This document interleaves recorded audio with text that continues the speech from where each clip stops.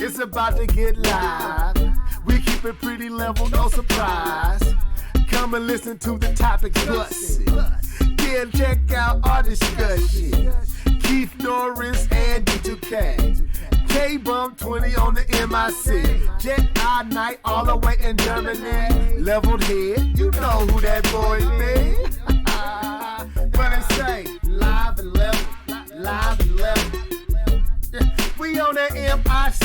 Live and level, live and level. We just talking them games. Live and level, live and level. Take a seat and listen up, man. Live and level, live and level.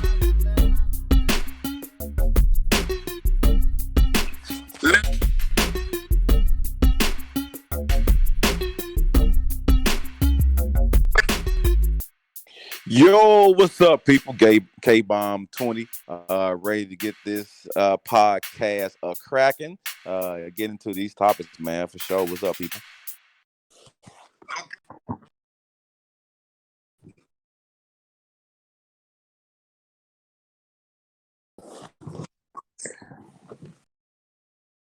Yeah, man, I'm still here. Ready to...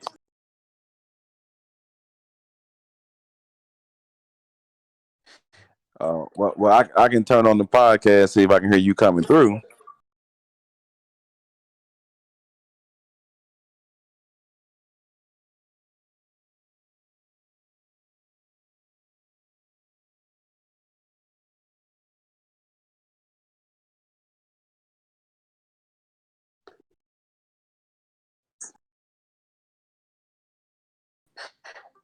I can turn on the podcast, see if I can hear you coming through.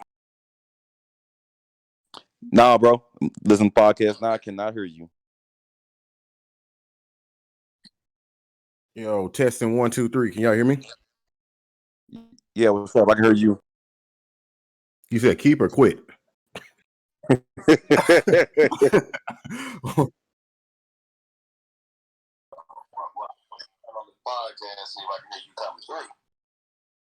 Are we live? What's up, people? How y'all doing out there in this quarantine world that we living in, y'all? What's going on? Straight quarantine world. I can't even talk right now. I've been locked up in this house for a good little minute. Actually, I got out. Yesterday. I broke quarantine. I got out to see my peeps, my mom, my dad, my brother, and his kids. Man, I had to get out the house. I've been stuck here with the wife for about 2 weeks since we came out the country. So I had it about. Hey man, it's sad out here, man. Like when you read some of these stories of how people actually have died from the coronavirus, right? It's sad, man. Yeah, I've been reading stories about like younger people, man, 28, like 20s dying from the disease. And I see a lot of people out there not taking this stuff serious and out there still at the clubs, still at the beaches. This stuff is serious, man. This is gonna affect a lot of people and kill a lot of people. And if you playing around with it, you may be one of them people. Right. This is the real deal now.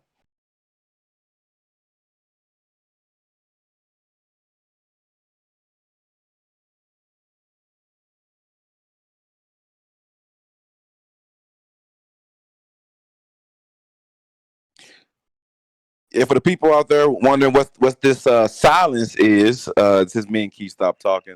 So what's going on? I'll let you guys know. Oh, they can't hear him. My bad.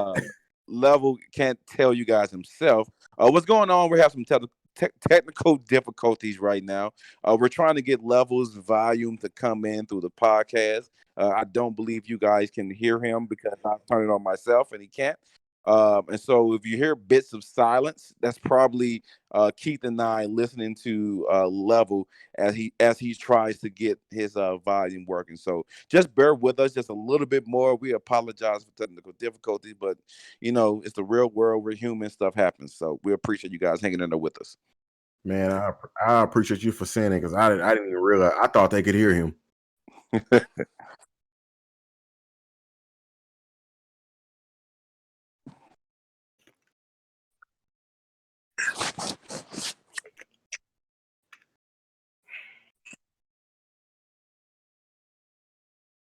Anyways, man.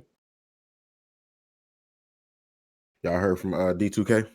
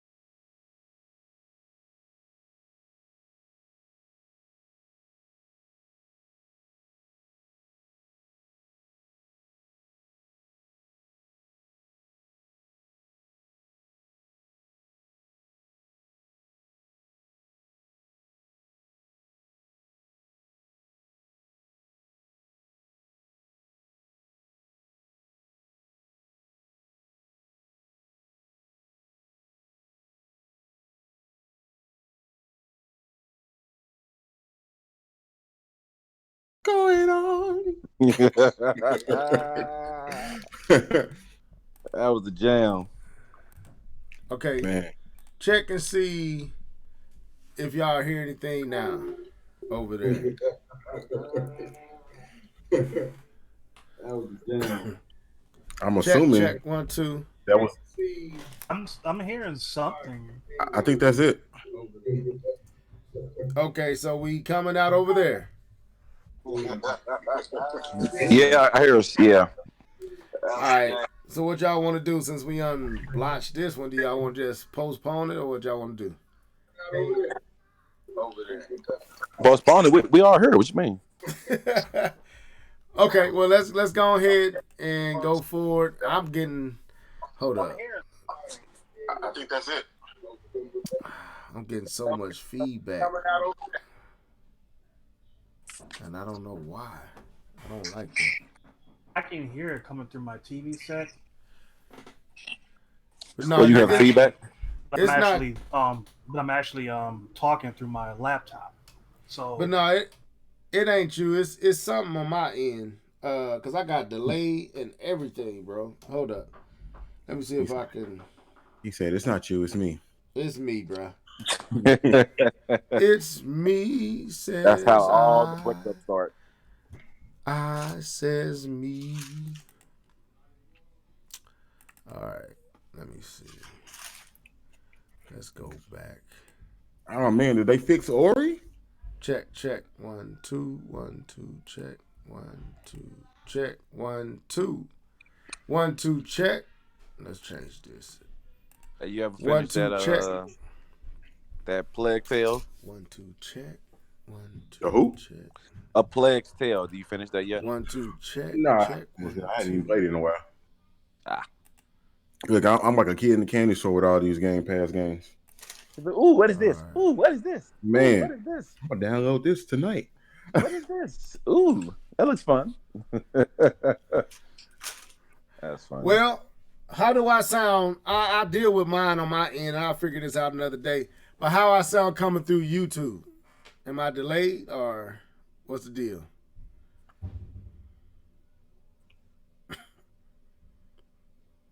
Hello? Hold on. Ooh, what is this? Ooh, what is this? Man. Ooh, that looks fun. That's fun. Well, how do I sound? I deal with my.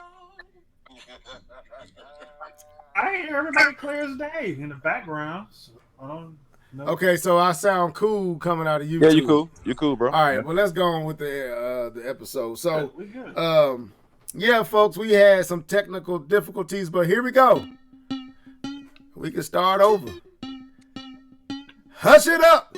Hey, It's about to get live. get live. We keep it pretty level, no surprise. Yeah, Come and listen to the topics busted. bus. Yeah, check out our discussion. Yep. Keith Norris and D2K. K-Bum 20 on the MIC. Jet I Night all the way in Germany. Leveled head, you know who that boy be. But it say, live and level, live and level. We on the MIC. Live and level, live and level. We just talking them games. Live and level, live and level. Take a seat and listen up, man. Live and level, live and level.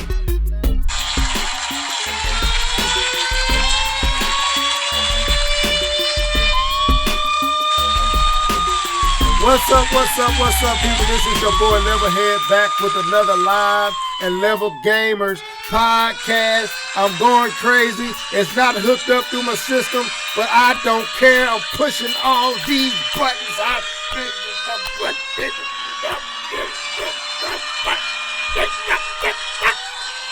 Okay. All right, let me stop. We in the building. What's up, folks? We 15 minutes behind. We thought we was going to start right on time, but things just wasn't working out with my microphone. Is still acting up. It's delayed in my ears. The sound all off. But I got the crew -1 in the internets, all in your cranium, all in your ears. K-Bum 20, Keith Norris D to the K. I'm delayed like I'm but anyway, welcome to the show. How y'all feeling? How y'all doing? Go ahead. Who wanna say something? It's all good. Playing these Xbox games. Okay. Man, y'all told me Xbox was trash. No, it's not. I never tell you that. I know that for sure. It ain't good. It's garbage. No, I was playing. I am working off like 45 minutes of sleep. I am hurting right now. That's how much I like jumping on this cast with you guys. So anyway, with that said, I'm gonna let y'all know Level is way more dedicated to me. If it was 45 minutes that I was on, I would see y'all next week. But this is why this is the Live and Level podcast. My man is dedicated for y'all. Well, I can't go to sleep, so I might well get on here. What's up, Dark Sun Rider? Welcome to the show. I'm jacked up over here, bro. Things just ain't acting right. So here, you get these cheap claps. Go ahead and get that right there. These cheap claps. Yeah, Maury. Anyway, so yeah, we on this rig situation. I don't know what's going on, but I'll figure it out later. So yeah, K-Bum, I'm dedicated, but I can't go to sleep, man. I don't know what's going on. I stayed up working on that green screen I showed y'all and doing stuff for the church. And, bruh, it was 7, 8 in the morning by the time I finished. And I was like, I am not about to fall asleep at all. So I'm going to fall out in a second. I might doze off live on air. And just bear with it, brother. It is. Well, we'll keep it rolling. Don't worry about it. So anyway, we got a special cast set up for you this morning. We are doing a retake. Morning. This evening. Dang it is. I told you I messed up, bro.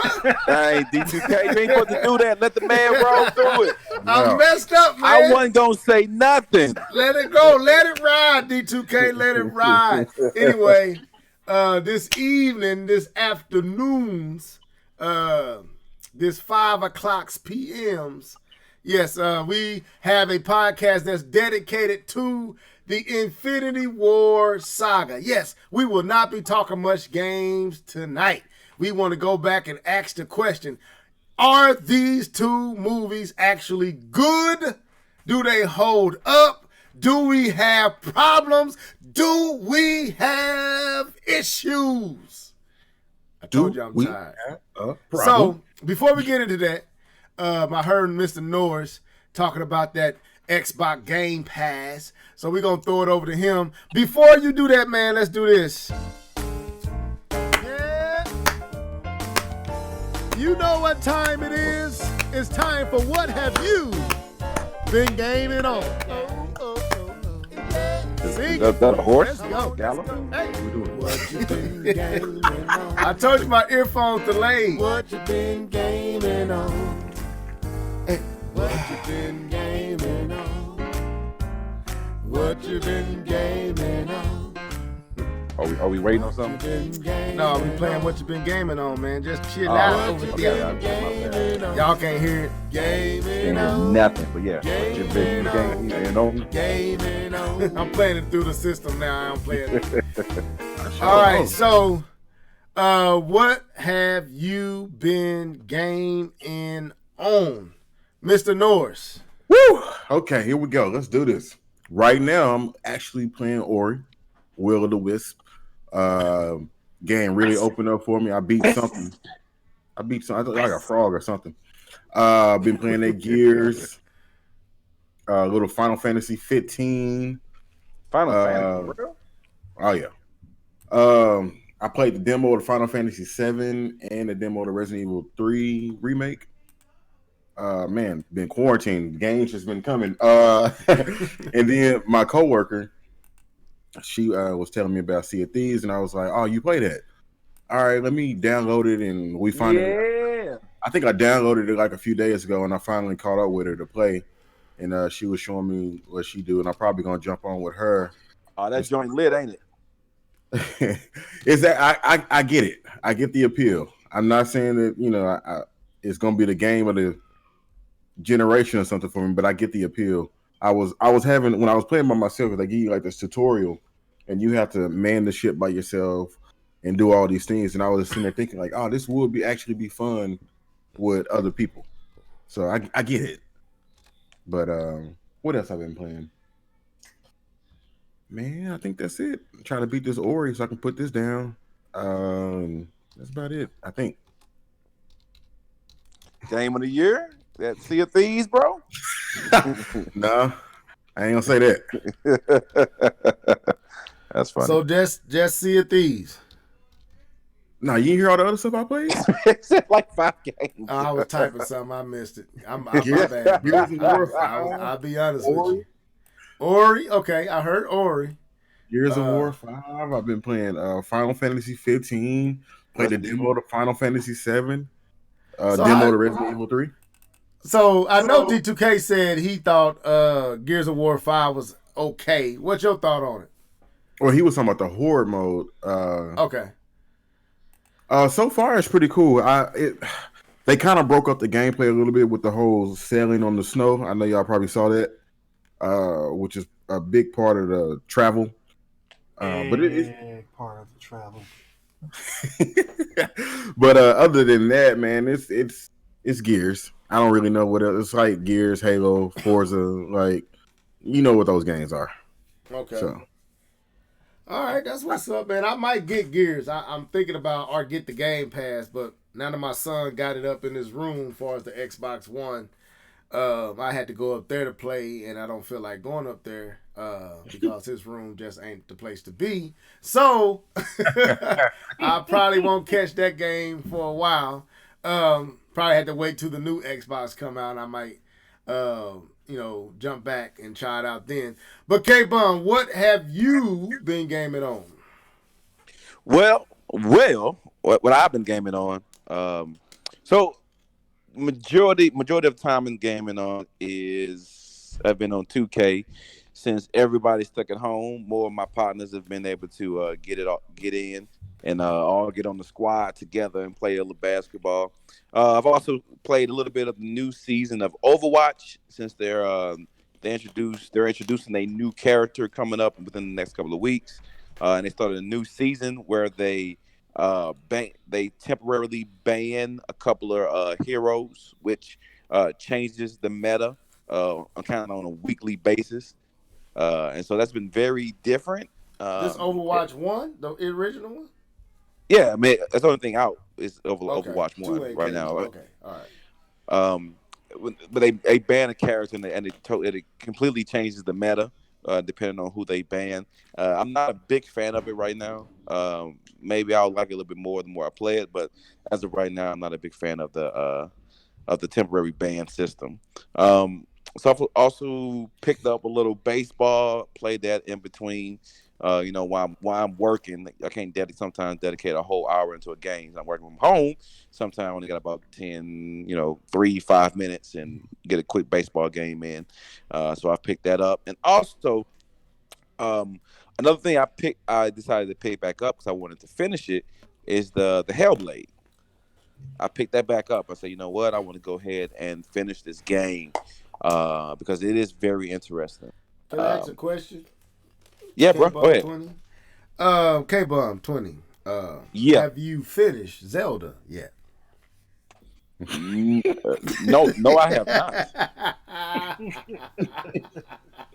No, I have not. Go and ahead, I bro. don't have any I don't even desire. know why. I don't know why that came to my thoughts. I was like, this dude picking up another game. Have you finished that Zelda yet?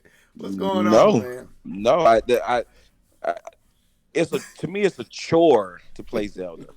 It's a chore. One thing I hated the fact I have to cook food and create us just. I hated that part. I hated that. In The Witcher, all I have to do is I randomly pick up food and I eat it. I don't have to put a meal together to get the maximum hearts combination and then sit on a fire and cook it. If I didn't cook it before I went to a fight, I'm going to be in trouble and lose heart. No, I don't got to. that, man. That's a chore. The That's wind not. is really howling. I'd rather do all that. I can't. It's yeah. To me, that it really hurts, man. And the swords keep destroying, and you got to keep up with the You inventory. mean you ain't challenged by that way that they made the game system work with the swords? No, breaking I and do weapons? not. I do not like that gameplay loop. No, I do not like it. I do not enjoy it. I do not like doing it, and it has nothing to do with it being Zelda. It's the fact that what I have to do. If those pieces weren't in there, I probably would have finished it and probably would have enjoyed it. But those pieces make it feel like a chore than me actually enjoying playing the game. And so I would rather do something else than to play something that feels like a chore. Okay. Basically how it was. But I like I said, I played games on the Switch. Like I said, I beat all of the single player and Mario Tennis. That was fun. I enjoyed that. I did all the Mario Kart stuff. I did all that, but just I couldn't finish Zelda. It is what it is. But anyway, back to my story. If I'm directed off my path, Hellblade. What the Hellblade. hell going on up in here? Yeah, What- go what ahead, hell? Hellblade. It's very different, man. I'm trying to finish it. It's a little freaky. To me now, looking at the video that Xbox Series X showed, is now playing the game. It's not too out of the realm of what the game actually was. Seeing that video, it's just when you're playing this game, you have these voices all around you talking to you, and they have this one guy who kind of chants like that, but not not like that. It's not too far. The game actually is not too far than what that gameplay, that trailer showed. And then I have one more thing that I actually I bought because it was Hold on sale. on before you move on. I got game Hellblade on the Switch. I'm thinking about getting it on the Game Pass. I gotta see it in the quality HD. You know what I'm saying? That 4K, maybe 14. It's beautiful, bro. Man, I can't do it on the Switch, man. I ain't gonna lie to you. It's beautiful, bro. It's a beautiful game. Bro, you knew you couldn't do it on the Switch when you bought it. I thought I could, man. I can't. He tried, bro. He tried. Can't do it. I feel you, bro. Look, I love the Switch, but I wasn't gonna buy Witcher 3 on it. I went out to got that PlayStation 4 version. Man, some games just ain't the one, man. Just Nah.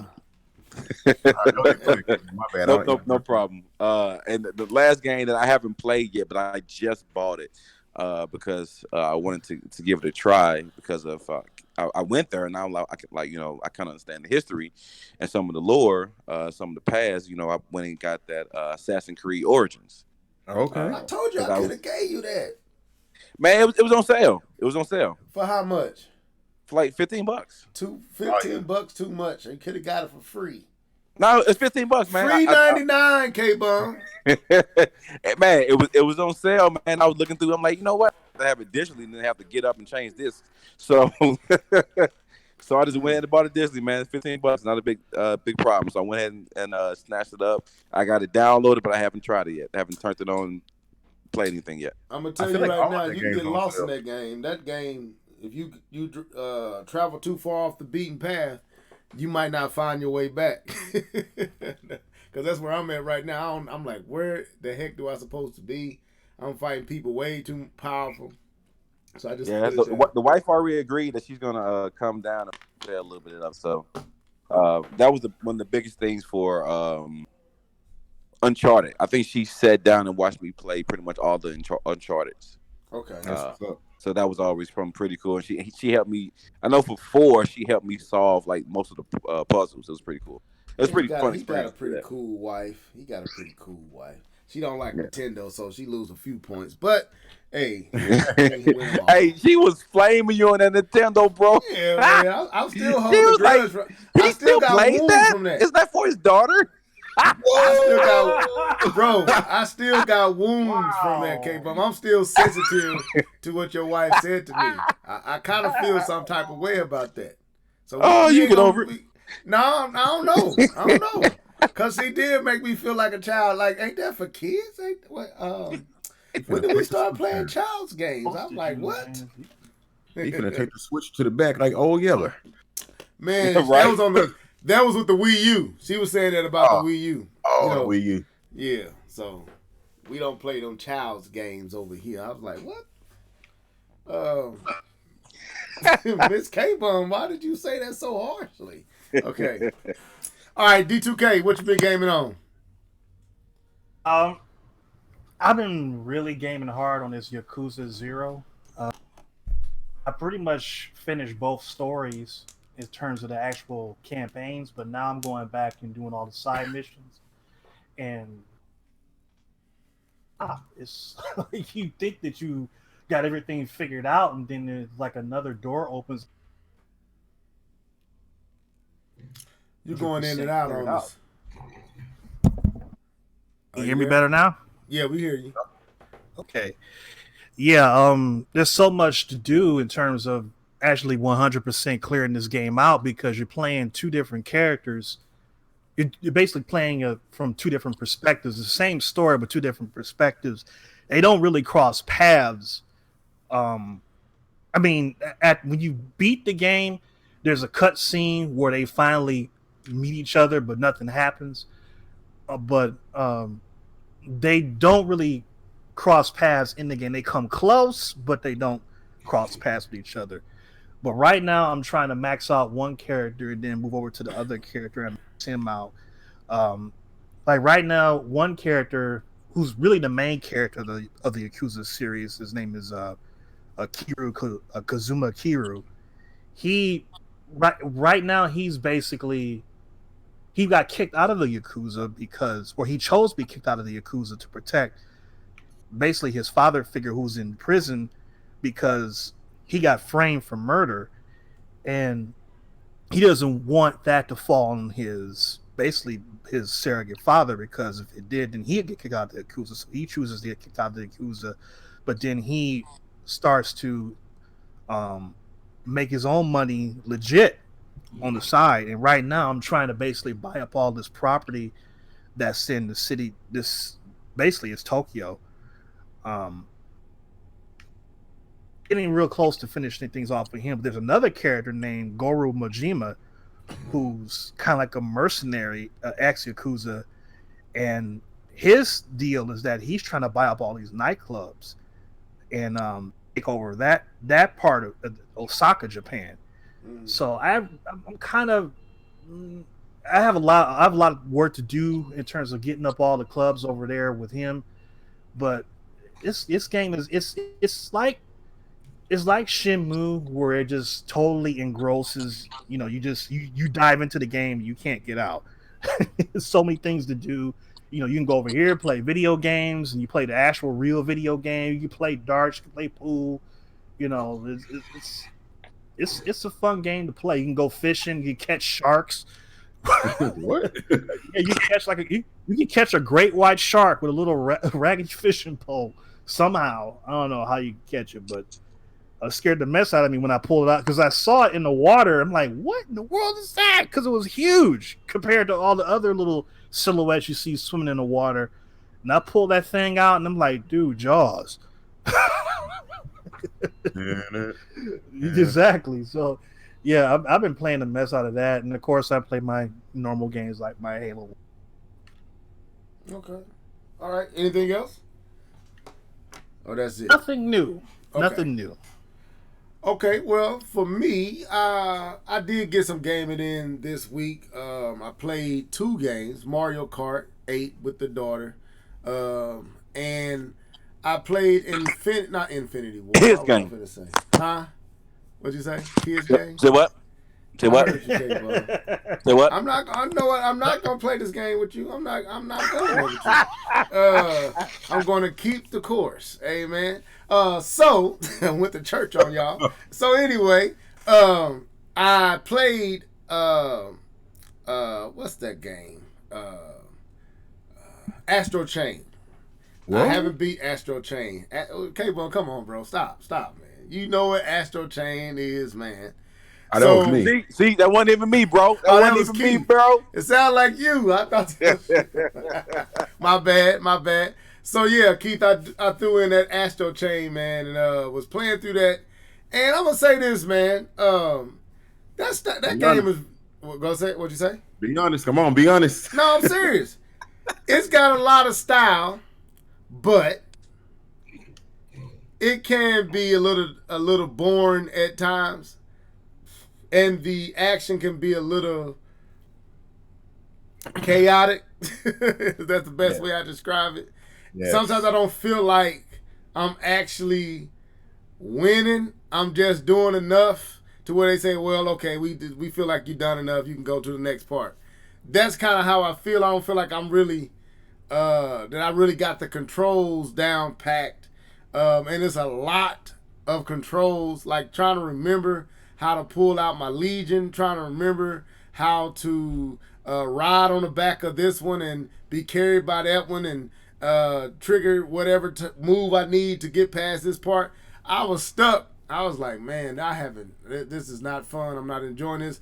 But on the flip side, this game got a lot of style, man. I mean, there's a lot of style for a game that's exclusive to Nintendo. It's a cool looking game.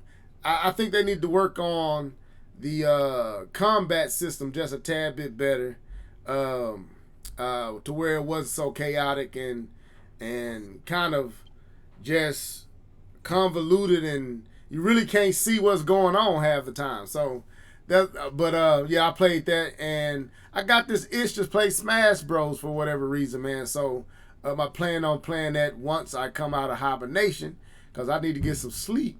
But I plan on probably playing that tomorrow.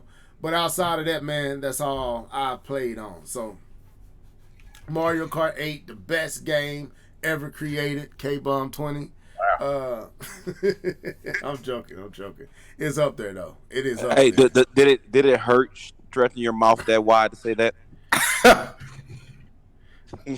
Foolishness. Okay, I can go 2 or 3 ways with this, but I shall not do that. So anyway, I was like, wait a minute, man. Are you trying to insult me? I don't know how to take this. But anyway, so let's get into our main topic. So we started this conversation in the Hangout, and I posted a video of another group that kind of revisited the Infinity Wars saga.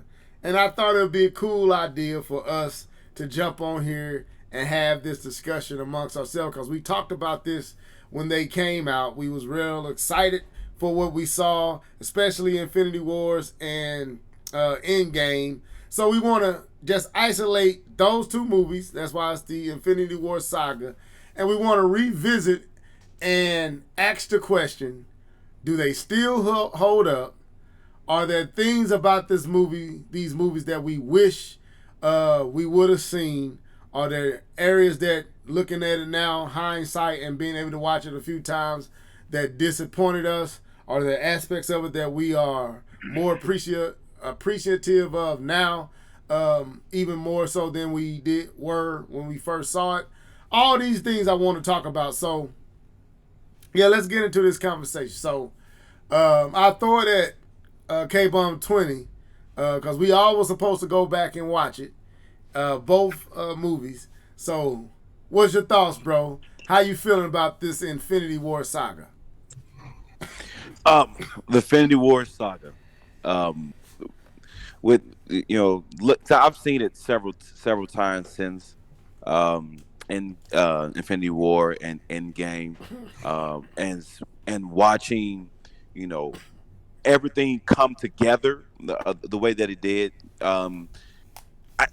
I still think it's one of the best things we've ever seen in cinema history. One of the most amazing things we've ever seen in cinema history. To have to combine 11 years of movie making into 2 huge movies, which each had their own individual tone to them. Each had their own. I would say that both villains in this movie were different villains, because I think the villain in the Thanos in Endgame was different than the Thanos in Infinity War. And we'll probably get into that. I thought that a little bit different. That's true. But with a group of superheroes interacting with each other, each being diverse in both movies. I think this is one of the greatest things we've ever seen in cinema history. We've never seen anything before this, and we may never see anything like this again. Because it's mind blowing. Because I've watched a lot of behind the scenes of Joe Russo. What's the other brother name? Joe and I forget the other brother name. With Russo brothers, and listening to them talk about how they wanted to attack and approach these movies, and seeing them actually deliver, and the fact that they set on the death of Tony Stark, they set on that for years. They sat on it for years, and actually, the only person that knew was like Tony was Robert Downey Jr. and like a couple other people, and that was it. They shot when they shot that funeral scene at the end of Endgame. They None of the actors knew what they were shooting. They thought it was a wedding or something. No, the actors did not know what they were shooting. And that, to me, that still it blows my mind that they were able to keep that secret for so long. And even the building up to it, when they had the letters on Twitter, when they had Thanos sending out the messages saying "Don't tweet or I'll snap you" or whatever, that was cool. I don't know, man. It's just, even rewatching them and going back through them, I catch something different every single time I go back and rewatch these movies. It's just little small details that they put in there for rewatches. So I don't know. I'm not going to ramble on and go any further. I'm going to stop right here and just say that this is probably one of the greatest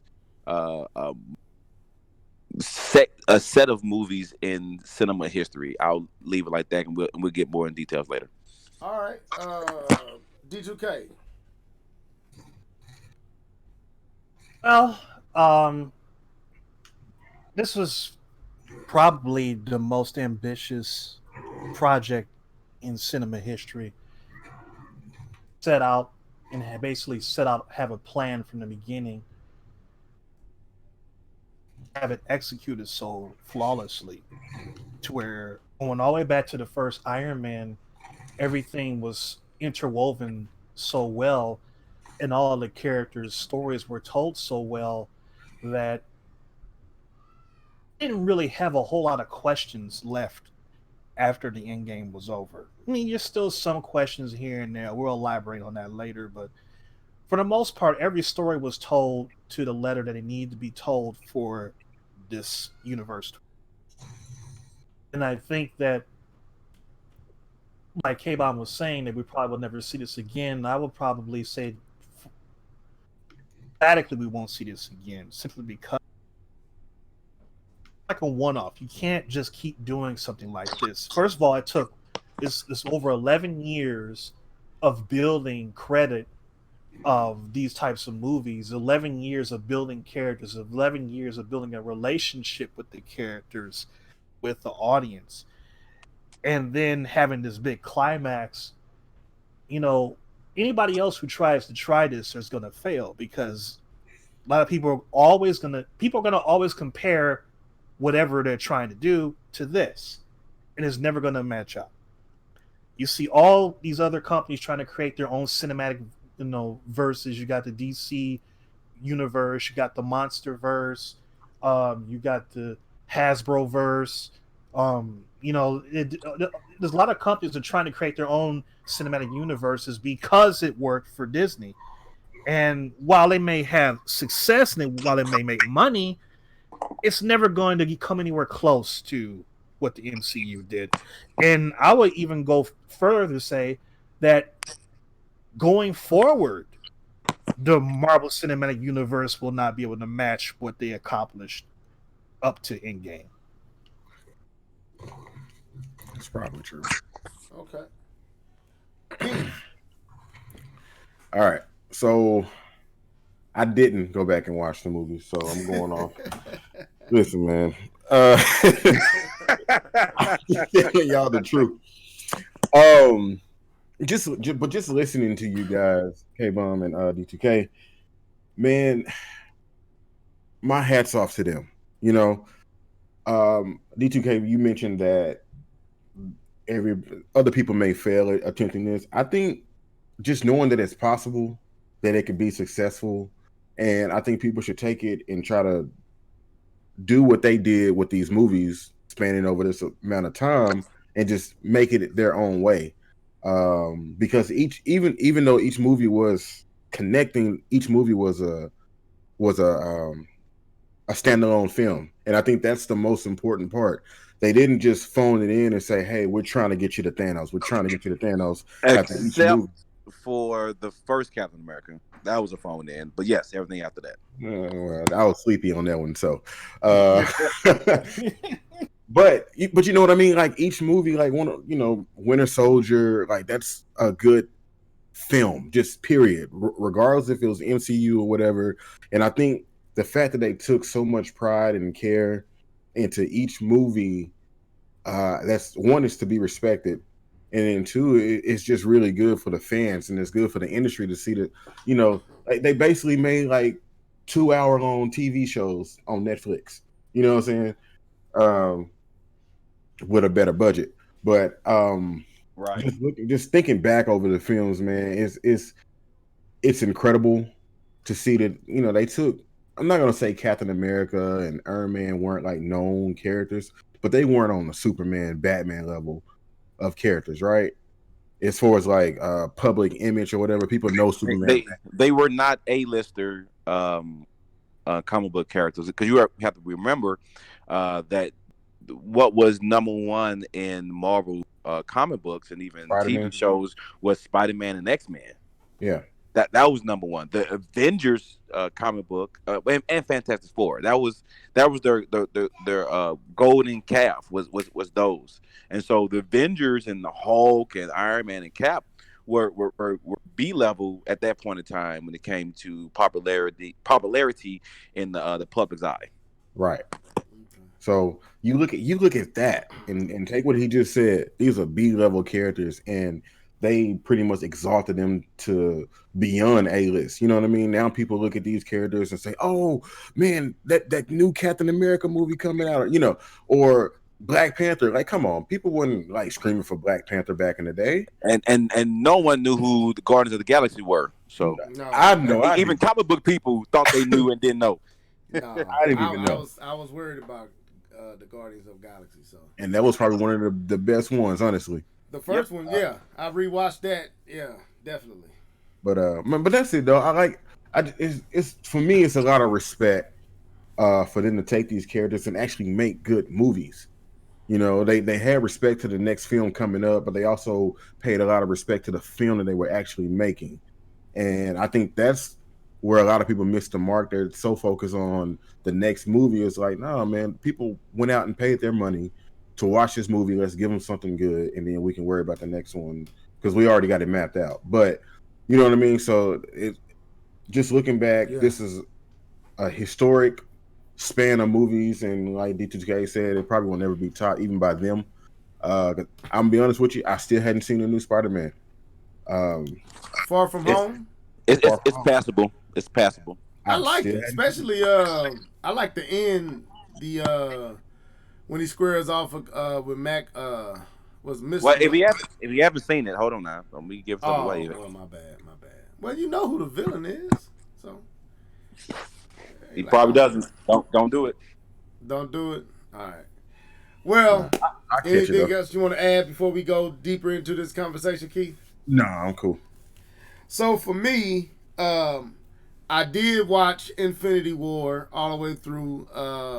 I watched Endgames enough that I didn't have to go and do a revisit or a review on that one. And I'm gonna say this, man. I won't say. Well, I guess you can say this.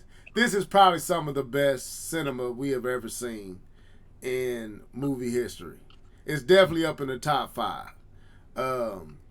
I think these movies don't get the credit they deserve for the emotion that it dressed up, the way that it sucks you in. I think Infinity Wars has something that Endgame doesn't. It's something about Infinity Wars that's enjoyable no matter how many times you watch it. Whereas Endgame, I have to be in the mood to watch it. That's what I noticed. That is a good point, and I can probably touch a little bit on that a little bit later. But that's a Okay. very good point that you mentioned that. Okay. And there's some other aspects that looking back on, I need more explanation of why they chose to go the route they went, because to me there was a lot of wasted opportunities from Infinity Wars to Endgame that to me would have made Endgame that much better. But I say that when we talk about does it hold up, does it still hit the same? One scene that does still hit the same is the snap. The snap holds up. The snap, the snap still has heavy emotional weight. I was watching it 2 days ago, and my daughters was with me. My twins, they're 4, and my daughter, who's 9. And when Thanos snapped the finger and they saw Black Panther dust away, they was all emotional. Dad, what happened? What happened? That's all they. I'm like, baby, he snapped his finger. It's a done deal. So my wife still refuses to watch Infinity Wars because of that scene. She refuses. She has not watched it since we left the theater. She won't watch it. So that's the magnitude. And this is a Avenger loving woman. She loves the Hulk. We Hulk fanatics. She refuses to watch that movie because of the snap, even though she know they come back in Endgame, and she know that that's not the conclusion. She still won't watch Infinity War. So the magnitude of the snap is still felt. 2 years later? Is that right? Would that be 2 years? Yeah, 2018, I believe, right. when it came out. So, but that's my early recap, but we can go into details. I guess I'll throw it back at you, K-Bomb. Go into some details of some aspects that you are underwhelmed with now, if there are any, or things about that you enjoyed now that you might have didn't then. Just touch on that type of stuff. Okay, so I'll touch on what impresses me still after rewatching it, and then I'll build up to kind of what disappoints me still. When it comes to Infinity War, what impresses me when I watch Infinity War is the detail they put into Thanos. I've watched several videos of them talking about how much work they put into one, making Thanos look realistic, as far as the CGI behind it, the technology behind it, the acting behind it, what they had to do on set, the practical things they did to make Thanos look realistic. And if you did not know this, I'll spoil this for you. There were 4 different VR companies that throughout the saga that rendered Thanos. There was 4 different companies that rendered Thanos throughout those 2 movies. I noticed that from Avengers, that rendering didn't look nothing like. Well, no. I'm not talking about from the first Avenger. Are you talking about in Infinity Wars? I'm talking Infinity War and Endgame. You do not see it, but there's 4 different VR companies that rendered Thanos depending on what scene he was in.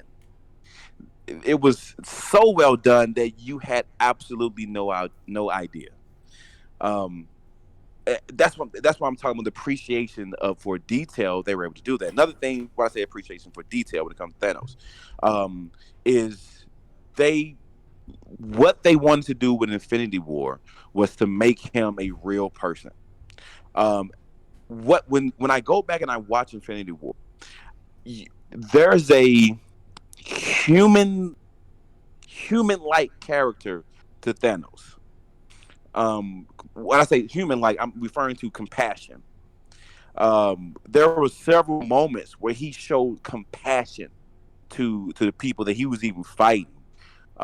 He showed admiration to Iron Man.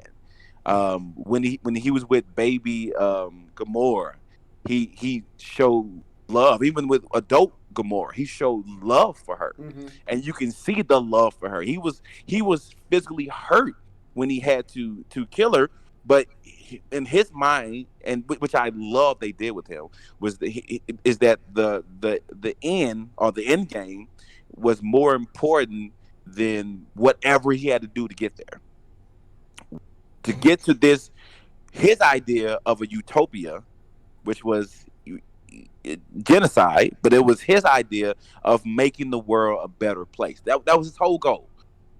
And it gave him this humanistic type of characteristic, that his whole goal is to make the world a better place. That's what he's trying to do. Make not the world, the universe a better place. And this is his idea. This is his mindset. And no one's going to get in his way of doing that, because he's doing a good thing. And I love that they came from the angle, and they made him so human. And I love the conversation that he had with Gamora when he was sitting on the ship. And I love the way when he called her daughter. And one of the biggest things, when the conversation he had with um, Scarlet Witch, when Vision in the end of Infinity War, when he was walking to take the stone, and she had to kill Vision, and she was like, you don't know how much pain, how much pain this is, and he was like, and I think he called her daughter. Like, yeah, daughter, but there was much loss today on both sides, and all the people he had to kill and die for his cause, and he showed remorse for the fact that she had to kill the love of her life. I mean, to me, on the rewatch, that just, the fact that they made him so human to make them relatable was just, I love that part. And the other pieces that I love is the attention to detail. Again, when I talk about whenever the Infinity Stones did something, when Thanos triggered an Infinity Stone, it glue, not glue. Yeah, It, that I didn't yeah. notice that the first time that I was watching. The first thing, two times I didn't notice that. That every time the actual power he was using, that stone started to glow, and so that was really cool, and really cool attention to detail that they actually tried to do. But a lot of that I talked about was Infinity War. As far as Endgame, um, I what I did like, I love the combination of the characters, of them putting multiple characters together that didn't make sense, and I love the character arc in Endgame for some of the characters. You saw the character arc for Black Widow, the character arc for Hawkeye, the character arc for Cap, the character arc for the Hulk becoming Smart Hulk, the character arc for Nebula.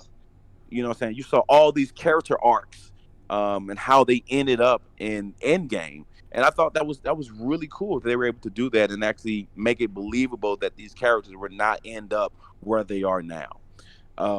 And yeah, there's another part about Endgame I'll touch on, but I'm not gonna touch on it right now. I'll touch on it a little bit later. But the pieces that disappointed me. I have a hard. So for Infinity War, I have a hard time nitpicking, because to me that's as close as a perfect movie as you can get. And the ending of it, I've never been so flabbergasted in my entire life than walking out the movie theater at the end of Endgame. Sorry, Infinity War. But as far as if I want to nitpick, um, going from Infinity War to Endgame, they were not consistent with power levels.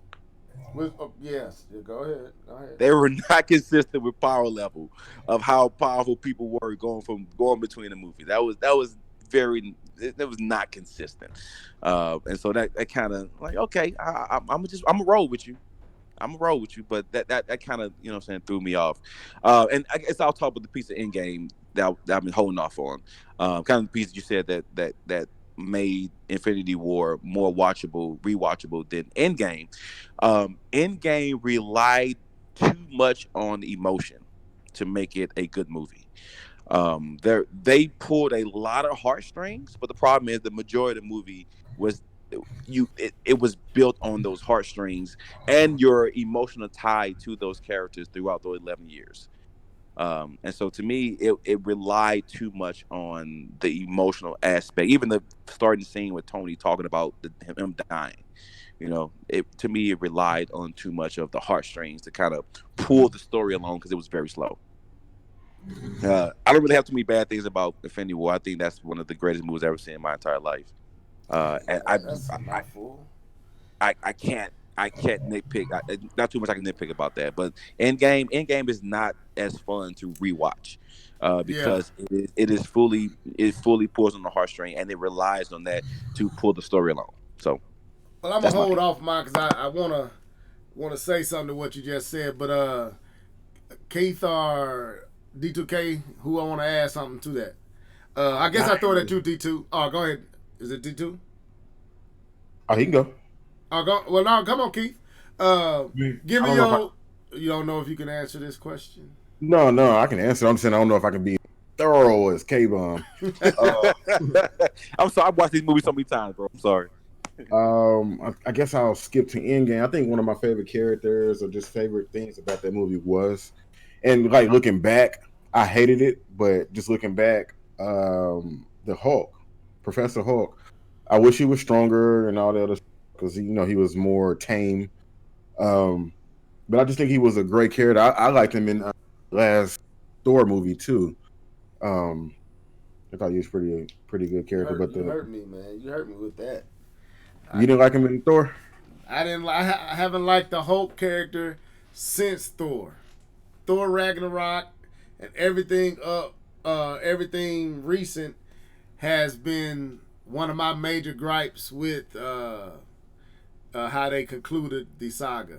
Like how they utilize Hulk, I have a real humongous problem with. Because that was the fight.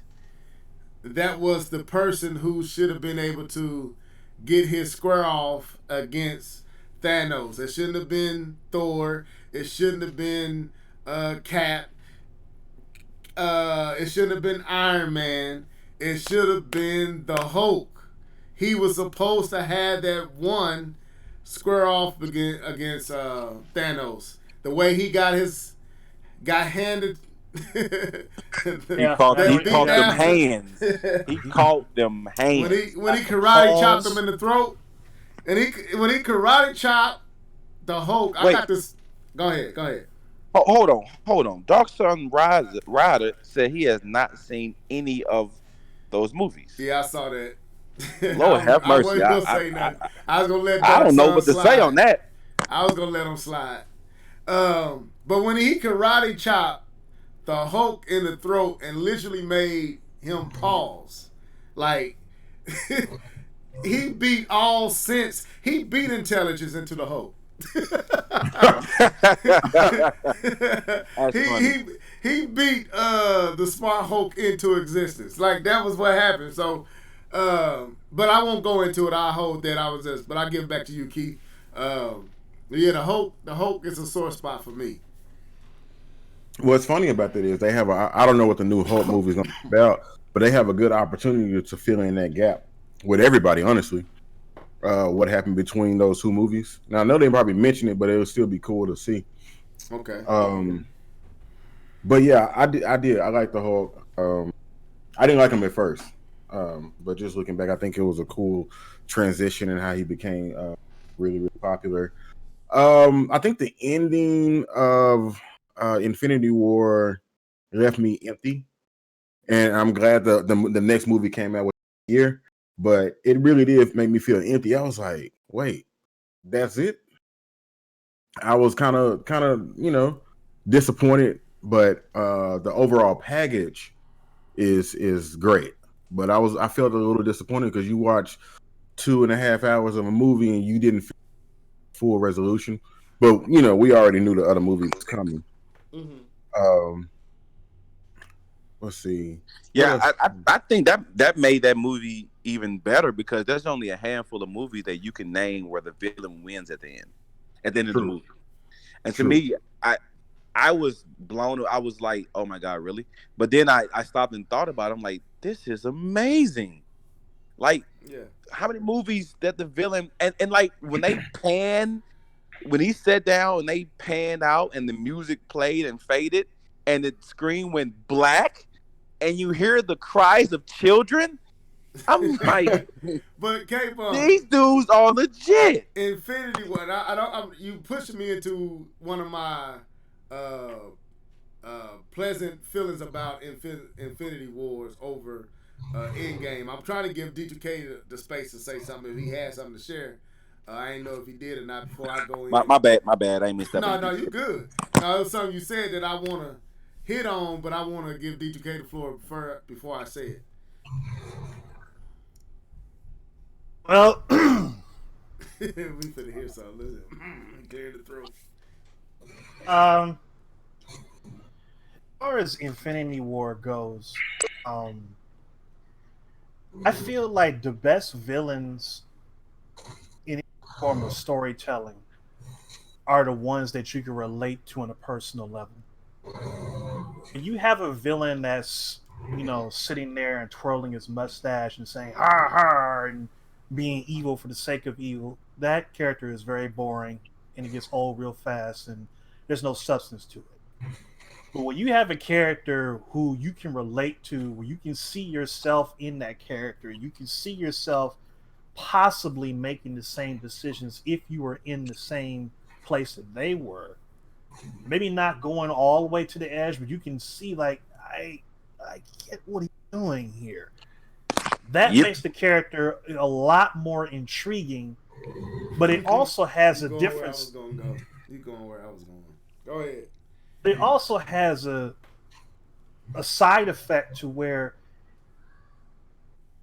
you want to see redemption from this character, and that's what draws you into a villain like Thanos, a villain like Darth Vader, a character where you see Joker, why they're doing what they're doing. You wouldn't go as far as them, but you understand what they're doing, and you want to see the repentance, the redemption later on. You want to see that from the character, and also the best characters, the best villains are the ones that do show a modicum of respect for whomever they're fighting against. I can kind of have a different perspective, but Transformers, the original G1 Transformers that came out in 1984. You listen to the dialogue between Megatron and Optimus Prime. Obviously, Megatron was evil, he was a bad guy, but you always had an undertone that he respected Optimus Prime as a warrior and as a fighter and as a leader. He didn't talk to Prime like, "Oh, I'm gonna destroy you," blah blah blah. He would always talk to Prime like a rival, like more or less like Vegeta and Goku, sort of. There's a respect there, not just 100% malice for the person that you're fighting against. And that's what you see from Thanos in this movie, is that he doesn't really hate anybody. Right. He's just doing what he feels is right. It's wrong, but in his mind, it's right. It's right, exactly. And it makes you think about things from an existential point of view, in terms of right and wrong. That was one of the words, existential. I wasn't gonna say nothing, but I heard it. But that was the first time. It wasn't the first time that we saw the bad guy win or evil have the last laugh at the end of the movie. I mean, Empire Strikes Back was famous for that. They lost. They knew there was another movie coming, but it was like, man, everybody got their butt whooped. But in this movie, I don't think I've ever been in a movie theater where there was, you could hear a pin drop in this movie. It was absolutely stone cold silence. No one said a word. A word. Everybody just got their stuff, walked out the door, and went home. True, bro. I've never seen anything like that in movies before, ever. And there's been movies where if it had a bad ending, but people were always talking about like, man, that was messed up. You see what that? None of that was going on. And I think pale that face when everybody walked out of there. Straight because you really couldn't take it all in. There's a part of you that was saying like, did that really just happen?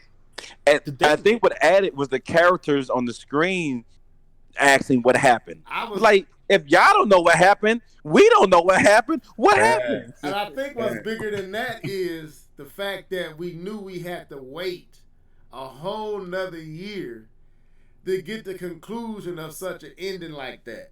To end on that note, to end on a snap, to give no answers. Matter of fact, the last scene with what's his name? Nick Fury. Jackson. Nick Fury. They held no punches there. They got snapped out of existence. So it was like, we ain't gonna hold you. We ain't gonna give you no bone. we just gonna murk everybody in this movie. Everybody can get it. It was like Game of Thrones, the way it read it. Anybody can get it up in this piece. No one is safe from Thanos. So, but was you done, D2K? Before I add this piece, I want to add to what you just said.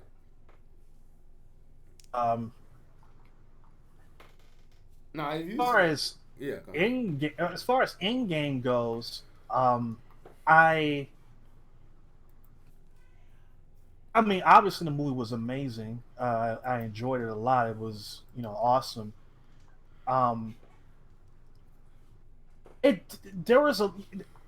To me, the movie really didn't even start until everybody got on the battlefield. To me, it felt like what we were watching up to that point was just highlights of the last week's episode. And I'm with you on the Hulk. I didn't really care. I understood why they went that direction with the whole World War Hulk persona and everything, but he didn't get his payback. And I mean, when you let somebody put hands on the Incredible Hulk like Thanos did in Infinity War, and he don't even get to do anything to him, that's a huge misplay right there. I didn't care for that.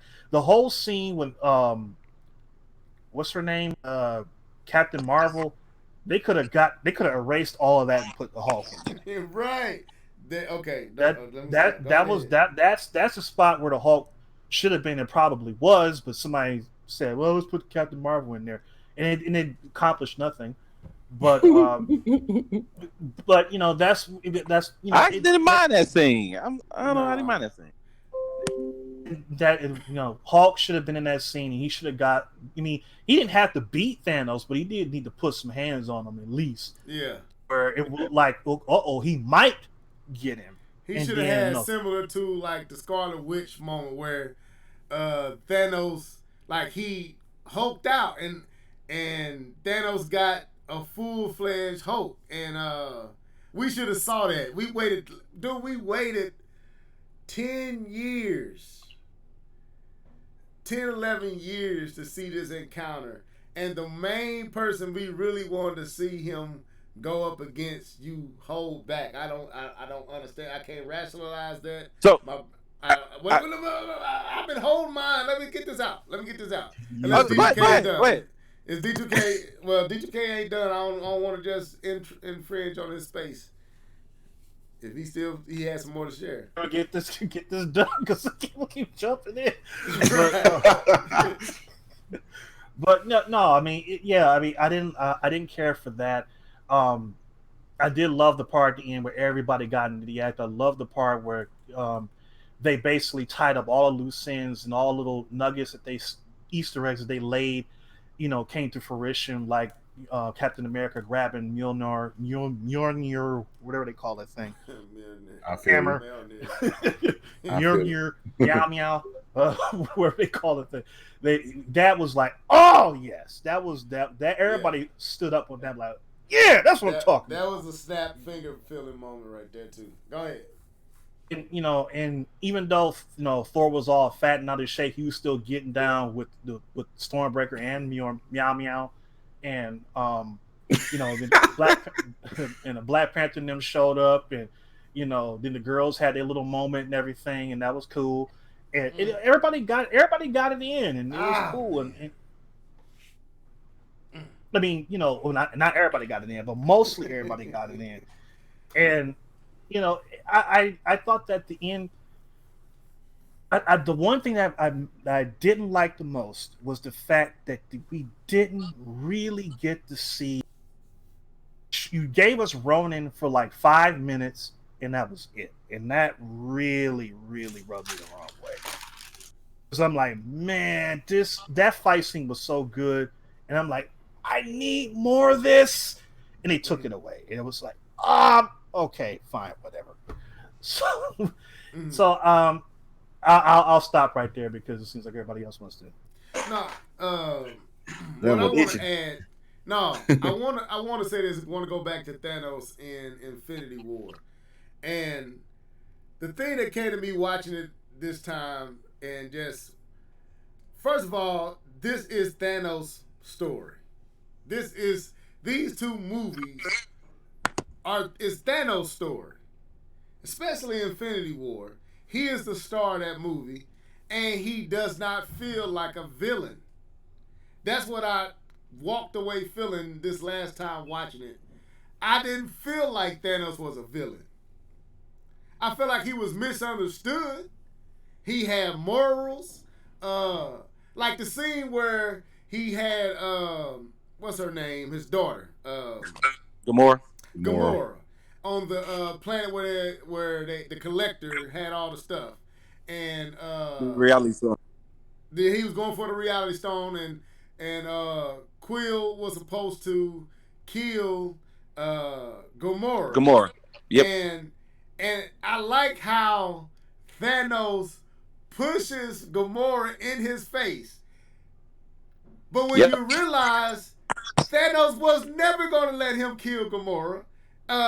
Cause he loved Gamora, and he knew that he didn't have what it takes to do it.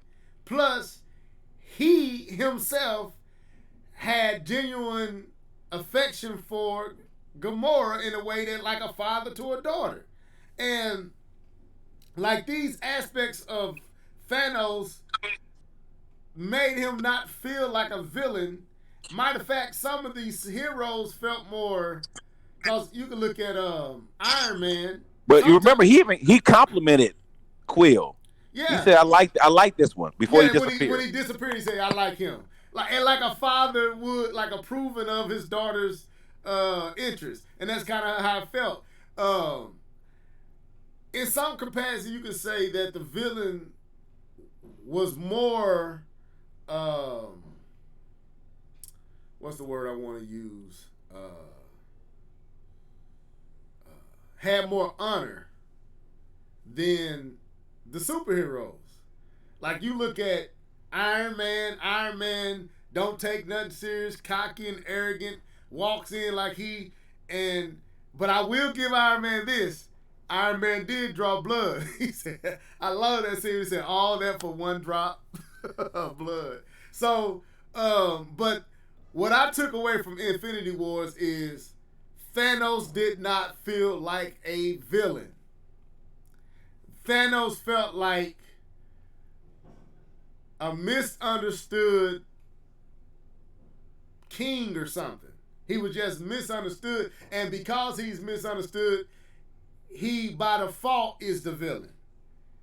Like D2K was saying, you can easily see what Thanos was doing and understand his reasonings, his logic, why he was doing, and then the fact that he had respect for like Iron Man, he had respect for Cap when Cap American. When Cap pushed his hand back. He had respect for Hulk though. No, he had no respect for Hulk. Well, the Hulk rushed out on him and put them hands on him.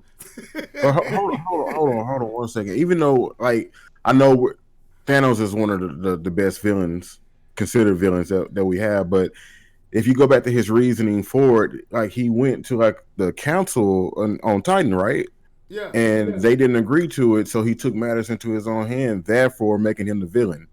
Well, No, no, see, no, on no, Titan, he fell Titan back, died. and they He died. didn't. He predicted their death. He said, if you don't change course, we will not survive. And they didn't take his warning, and exactly what he said came to pass. Right. So his logic is, the last time I heeded you guys' moral compass and what you felt was the right way to do it, and my whole civilization of and the people that I knew died as a result of following what you thought was the right course moving forward. So when you look at Titan, you're looking at the results of something Thanos tried to prevent, but How did he survive? he acquiesced to the the ruling and the the thoughts of the overseers or the leaders or whoever. But How did he survive? I can't remember. huh? How did Thanos survive? I cannot remember that. I How don't was he know able how- to survive and they weren't?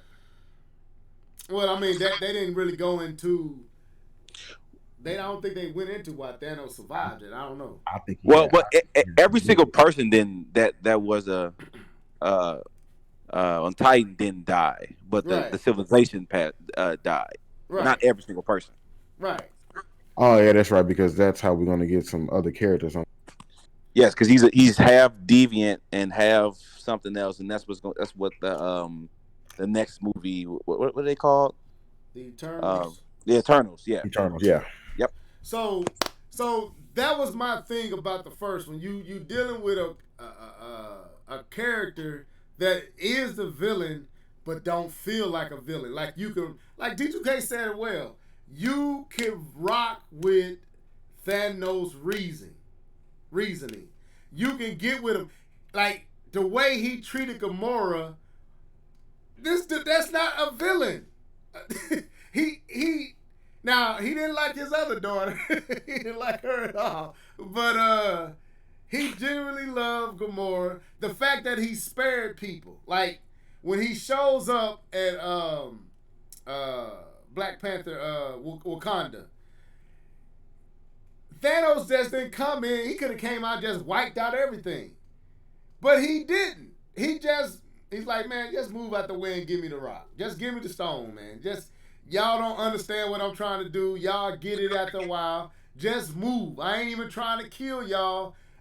I'ma let fate get y'all. Just give me the stone. Like he didn't kill none of them. Even on Titan when he was warring against Quill and Iron Man and Spider-Man and Doctor Strange, he really was not trying to kill them. He was. That's what made Thanos so interesting. He was like, I don't know. He didn't feel villainous to me. It kind of make these movies to kind of make you challenge the idea that we all grew up with. A villain is this, that, and the third, but then you're like being challenged. Like this dude actually had an agenda. He had a reasoning. Right. He had a reason for why he was doing what he was doing, and if you really just sit down and take his approach for what it wasn't without logic. I might not agree with it, but it had logical merit. Now, so that's what made. Go ahead, D2. That's like I was saying before. Like every major villain that you, that has lasting appeal, all have that same thing in common: is that you understand what they're trying to do. You understood why, Darth Vader or Anakin Skywalker wanted to do what. Reason why he turned to the dark side is because he got tired of losing people in his life and he didn't want to lose Padme. So he listened to what this Sith Lord was telling him to do. And in his mind, he thought that he was bringing, peace to the galaxy in order to stop all the fighting. And it's whenever you can understand what the villain is doing, then that makes the most. And that's what made Endgame different to me. And K-Bum hit on it earlier. We got two different Thanos's. The Thanos in Endgame was a villain. No ifs, ands, or buts. He had that huge sword. Oh, he a villain. He was a villain. He was cutthroat. He didn't care. He had no sympathy, no compassion. Life meant nothing to him. Like, it was a drastic shift. And I don't know if it was seeing his head cut off by Thor, or I don't know what made him change from the Thanos we got in an Infinity War. Because the Thanos that we got... I got it. I get it. Because the whole when you go back to Infinity War versus Endgame, there's nobody that can stop him. He's a man on an agenda. Okay. First of all, okay. He's a man with an agenda, and he's trying to fulfill that agenda, and nobody can stop him. That he sees he can be stopped, made him gave him that fire. Like, all right, for real, nobody can really stop me. You know what I mean? Okay. You know what I took it as? What's up? It was a younger Thanos. More war hungry Thanos. Yeah, that was the Thanos we saw in Infinity War was a older, more seasoned, experienced, been through a lot, seen a lot, had more of a godlike, angelic, higher than existence type of approach. You just don't understand my reasoning because you're beneath me. You can't understand this level of logic. That's what the first Thanos felt like. And because he was walking to a beat of his own tune that no one beneath him could understand, he kind of felt elevated and like he floated. He wasn't evil. He was just moving at a different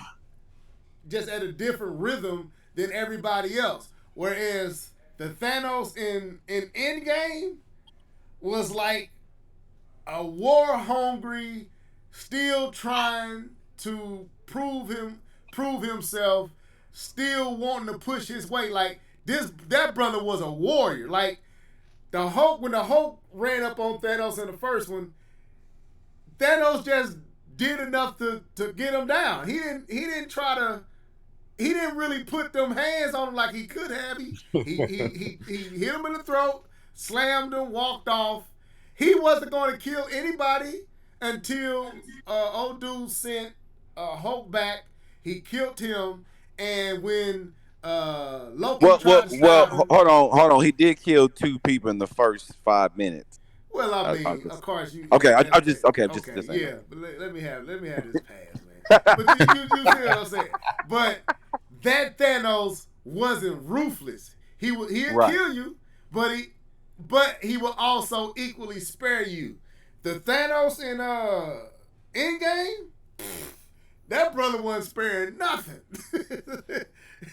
And that brother, he looked young. If you look at the features, he looked physically younger than the Infinity Thanos. Now, here's my problem with Endgame, and then I'll let it go.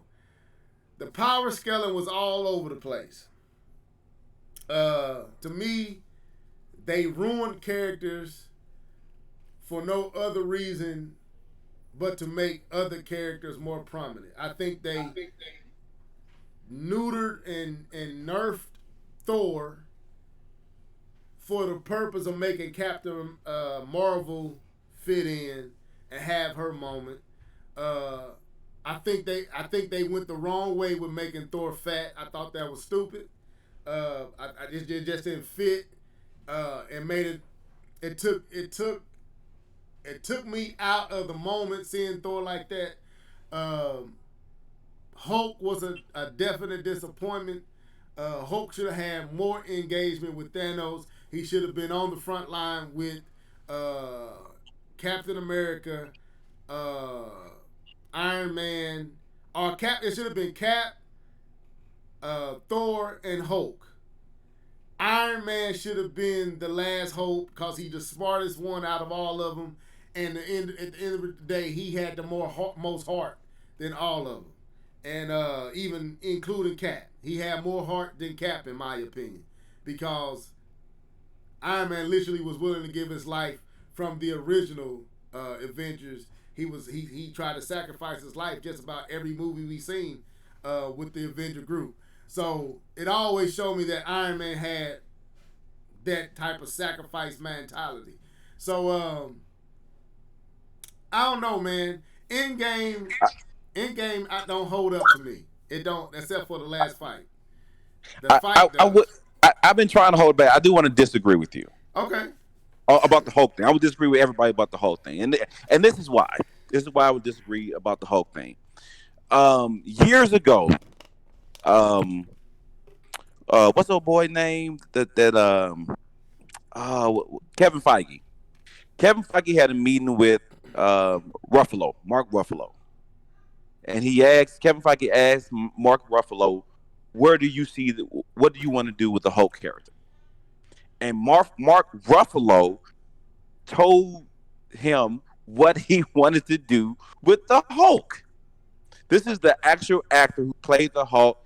This designed how he wanted the character arc in the next 3 movies to happen.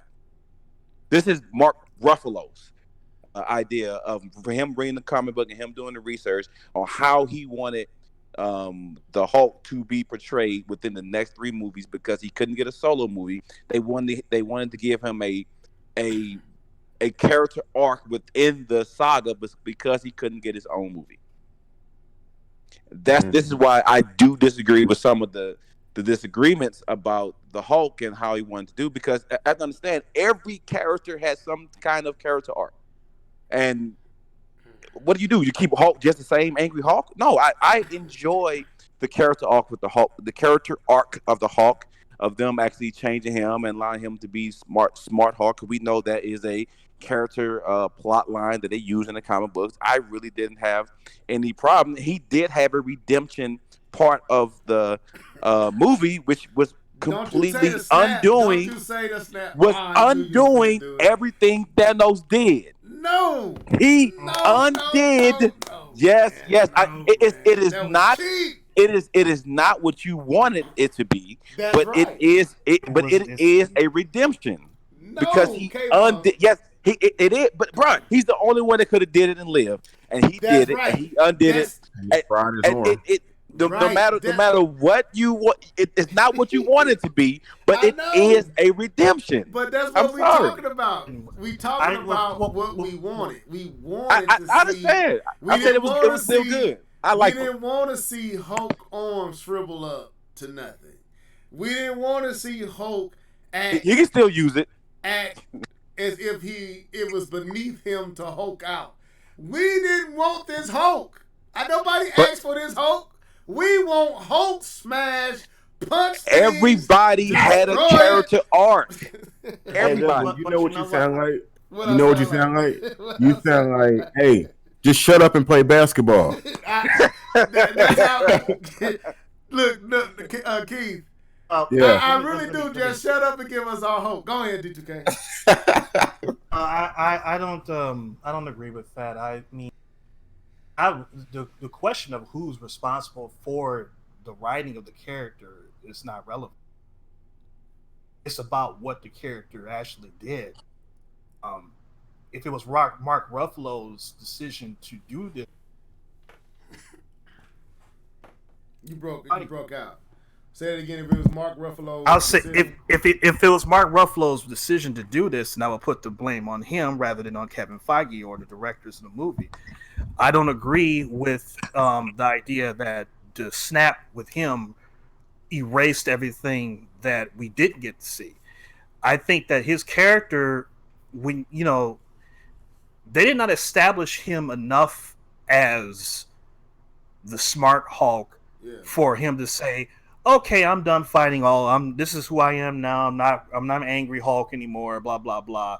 And then he does something that's not non-violent and it winds up winning the day and we can all cheer. Like, yay, Hulk. No. You need a couple of movies for that. And that didn't happen. You went from Ragnarok to this and he got his butt whooped. In Infinity War. It wasn't like he just was in a battle and everybody got knocked out. Thor got in his ass.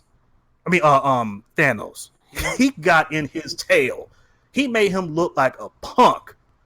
in Infinity War. It had us questioning whether he was scared to come out. That's exactly what we left with. And I'm not even sure if they really fully explained that. I guess they did, but for me, it wasn't a good enough explanation. It didn't carry enough weight as to why, like the Hulk was scared to come out when he tried to Hulk out, and he was like, "No, I want to come out, leave me alone." But they came out after the movie and said it wasn't him being scared. Right, I know it wasn't him being scared, but that's the way it made. They didn't give you a good explanation to say, "No, this is not what's going on. This is what's going on." You see what I'm saying? It just said, "Oh no, he wasn't scared. It was this." No, you can't do that with Incredible Hulk. Right, you get your tail handed to you and you show up no more. That sounds like scared to me. And if they had an explanation saying that, well, he couldn't do it anymore, or he chose not to do it anymore, and I'm like, okay, well, fine. I don't like that, but at least I know why. But in this situation, I didn't like what they did with Hulk. I think that he should have at least got into the fight and fought Thanos head up, and he didn't have to win. That's the thing. He didn't have to beat Thanos. Just get some pause on him for at least 5 seconds. See, that's all I asked for. That's my thing, T2K. You Captain Marvel didn't deserve to have her moment with Thanos. She didn't deserve it, but she got it. We had Scarlet Witch. She got her moment with Thanos. That was warranted. That was warranted. But that's what makes Hulk moment with Thanos equally warranted, because he was the first one we saw get wrecked. He got wrecked. He gets sent to Earth, and Ruffalo, what's his name? Banner is crying and reaching up to Doctor Strange like, he's coming. Thanos is. That's what we seen Hulk and Banner doing. This is the Hulk, and the Hulk won't come out, and Banner is traumatized. No. So, like, watching that scene, I let it go, K-Bum, and that's why I don't agree. Watching that scene when Doctor Strange comes against Iron Man, brings him back to the moratorium, whatever they little hold up, and then the sanctuary, and then the ship shows up, and him, Doctor Strange, the Asian character, I can't think of his name. Wong. Is that his name? Wong. Yeah. Wong and Banner walks out. You have a Hulk-like character with a big old hammer, and you give us no Hulk. You bring Spider-Man in, you have Iron Man facing off. This is the perfect moment for Hulk. There were so many characters in this movie that Hulk should have squared off against. It was like, why are y'all cheating us? I thought he was gonna Hulk up. When I thought he was gonna Hulk up, and we was gonna see a show enough showdown. Hulk redeeming himself after Thanos put them hands on him. Now, we saw Hulk no more the whole movie of the Infinity Wars. He's running around in Iron Man Hulk suit. Man, stop, man. No, that's my only disappointment of Infinity War. That's a fair disappointment. I enjoyed the story arc. I thought it was fine. I thought it was fair. I understand the people upset, but I understand. I thought it was fair. I thought it was understandable from what they framed it to be. But I do understand people's frustrations. Yeah, I was but my thing is give, just like everyone else had, like, there wasn't enough to make Hawkeye become a Ronin. It wasn't enough there, but he became Ronin. It wasn't enough for Nebula to, Nebula had a piece to make her who she was. But some of the other, don't think there's enough there for Ronin? No. How you become a samurai? You've been shooting arrows your whole time. When you start using the sword, he been able to use the sword though. No, when? Well, they didn't explain. I just assumed. No, that's the part. That's the part I'm talking about. It wasn't. Everything happened behind closed doors, just like Smart Hulk. Smart Hulk happened behind closed doors. You You don't know what happened in that 5 years that made him become Ronin and him become Smart Hulk. I'm See, fine with him becoming. That's how they can put a movie or a show on Disney Plus. Yeah. Well, I think he is supposed to be getting the TV show. I thought because he Well- can't get a movie. He can't get a movie Well, because you know of they got the rights now. They supposedly when. For Hulk? Yeah, I thought they were saying Yeah, that. I heard about that. Yeah, did I get the think rights. they got the rights Who to had it? Hulk now. Universal? Marvel. They got the rights from Universal. That's what I Yeah. heard. Huh. That was about, I want to say earlier this year. They was talking about how it had expired and Disney had re-inquired Hulk. It hadn't went through yet, but Universal was letting it go because So anyway, Infinity Wars was great. Hands down, one of the best movies probably in cinema history. Endgames, I think the last fight scene saved it. If it wasn't for that last fight scene, Endgame could have been an extremely horrific disappointment. That's what I would say. The fight scene saved it, bro. That's my opinion. I ain't telling nobody else that. That's hard to say when the first watch of it had emotional weight. The first watch. The first watch of it had emotional weight. So it wasn't just pending on the big final fight.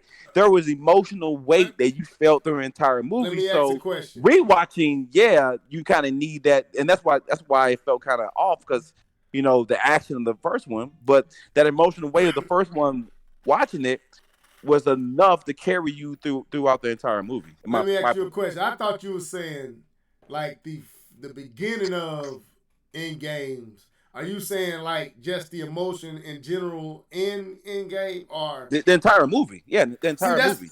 That's where I differ from you. The initial shock of the snap should have been felt, and they showed that. But I'm just gonna be honest, man. It drug on after the initial scenes. It was just too slow. You had literally an hour of just dealing with the aftermath of the snap.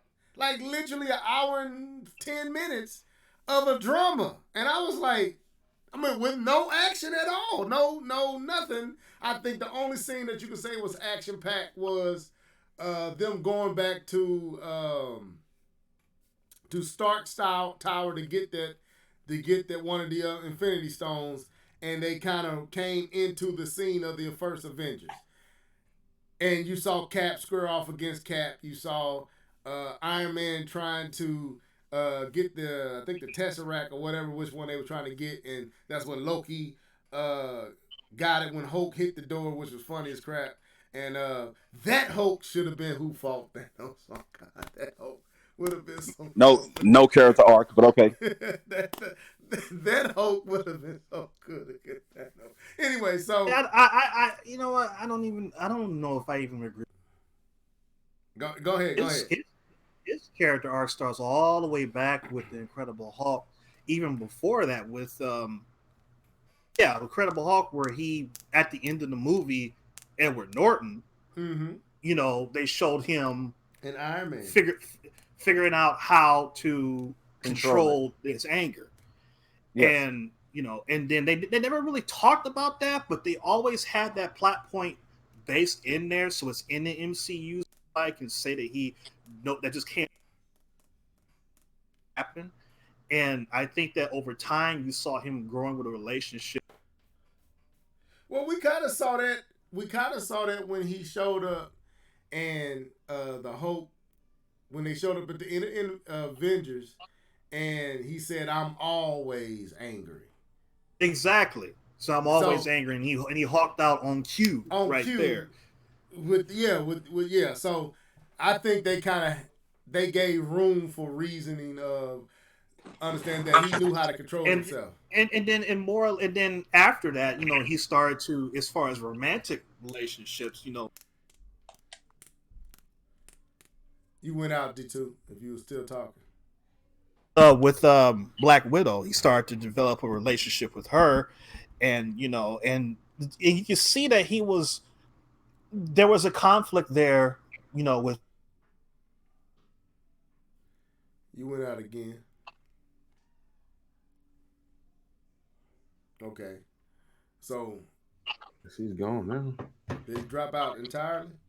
I don't Okay. think So, but yeah, man, go ahead. Oh, okay, I thought he was back. But yeah, in game for me, man, I'm gonna be honest.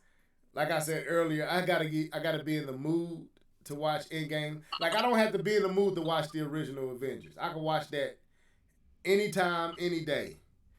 Avengers 2, I gotta be in the mood. I just can't go watch that particular Avengers without being in the mood. But now that I think about it, I might go watch it to see if I really don't like it as much as I think I don't. I really don't think you do, because like for this movie, I know it had its issues, and it had way more issues than Rise of Ultron Infinity or in game. Endgame had more issues than Infinity War, but I think you do like it more than what you think, because Endgame to me was Michael Jordan shooting a jump shot against the Jazz. That's what, to me, what that was. That was one of the best, and it ended 11 years of movie history better than any other final movie I've ever seen. It tied up every loose end better than any other movie. On that merit alone makes it a great movie, because it tied it all up without leaving people, because so many of the sagas and the last movies just left you just like ugh. But this one didn't. It didn't leave you like that. That's because, in my opinion, that's why I said the fight scene, the encounter, Cap picking up the hammer, Iron Man sacrifice, them showing up and saying to your left when Falcon say to your left, and they come out the portals, like that was a whole nother movie, and seeing unrestricted, not holding back Thanos, like a Thanos that's like, I'm gonna show you why I got the reputation I got. Like, to see that Thanos and just bodying everybody on, except for Scarlet Witch. But he bodied everybody else he came up to. I thought that was dope enough to justify the first hour. That last fight scene was justification and allowed you to get away with the first hour. Because to me, I was like, man, I didn't come to see this. I mean, I knew it was going to be sad, but man, it drug out without no action for a little too long for me. But that's my assessment. But, yeah, I like I said, I can see it, but the no action to me didn't bother me because of the characters that you were able to because of the growth of the characters and the arcs. To me, the no action didn't really bother me that much, because I'm actually getting to know new characters in this movie, because there were several, even though they were old characters, they were new because of their arcs. And so it wasn't action packed. Infinity War was action packed from go until the end of the movie. This one was a different movie, and so absolutely amazing. You said what was that, Keith? No, I said Infinity Wars was absolutely amazing with the action. Yeah. But if you're looking for that action in this movie, you're going to be disappointed. But if you take this movie for what it is, and that's the piece that I'm looking at, and I'm taking it for what it is. I'm not taking it to be an action movie like Infinity War was. I'm taking it for what it is, and to me, for what it was, I thought it was a great. Yes, it lacked action, but I thought what they filtered with wasn't just filler. Yeah, I accept for what it is. I enjoyed it. But you watched the Kill Bill movies? Yes. How did you feel about those two? The first movie being I like didn't super. like the second one. The second one. Yep. I see where you're going, Keith. I see where you're going, Keith. I know.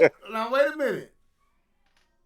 Kill Bill, to me, I don't care about the story. So while the second one opened up the backdrop of the characters, I don't care about these characters.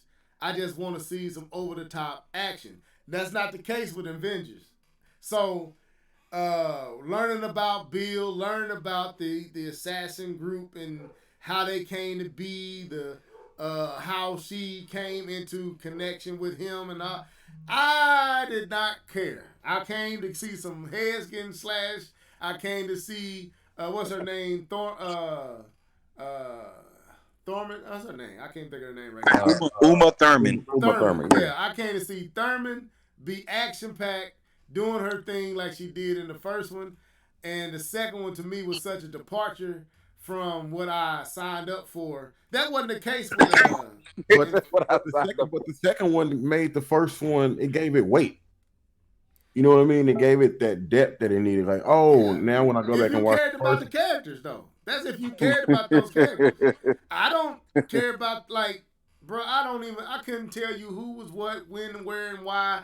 All I know is get that girl out there with that sling and let her go up against the girl in the yellow. I'm all for all this because that's all I'm caring about.